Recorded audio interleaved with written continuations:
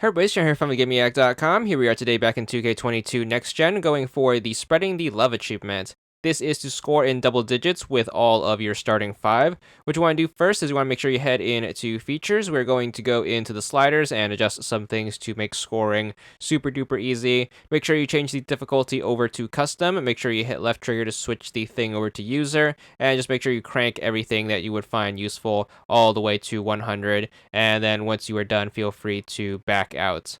Then for this specific achievement, I recommend heading into the coach settings, and then what you want to do is want to make sure you change timeout, player minutes, and substitution from auto to manual. And the reason for that is you do not want the game to automatically rotate your players. So once you have that, just back out. This one's going to be done in play now in quick play. I highly recommend using two controllers to make things even easier. Start up the game, and then what you want to do is want to make sure you get the ball on the controller getting the achievement.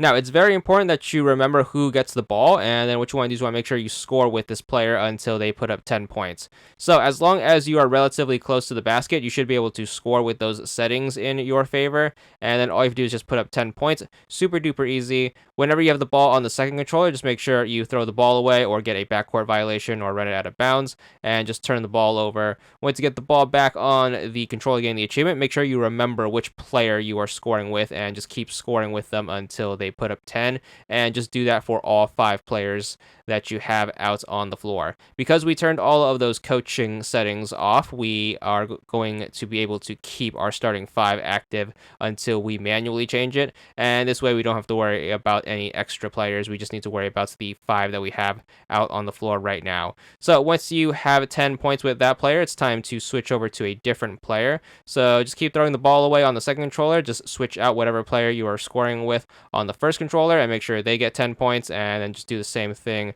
for the remaining players. So try your best to keep track. You can check by hitting the pause menu and going into the box score if you need to check who has how many points. Nonetheless, once you get to all 5 people, you should be good for the achievement.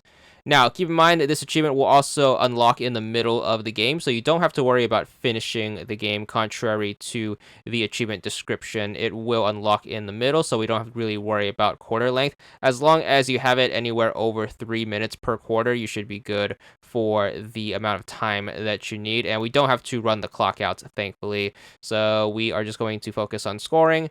You should be around the 50-point mark if you are keeping up with your switches when you need to. Make sure you switch out your players whenever you pass the double-digit mark, and then just move on to the next one. And then once we get to 10 points with each player, which again should be around 50 points, we should be good for our achievement. So we are going to wrap things up right here. We're going to get our last points we need with our 5th and final player. And with that should come our achievement. There it is. It's going to be for 30 gamer score. And that's all there is to it.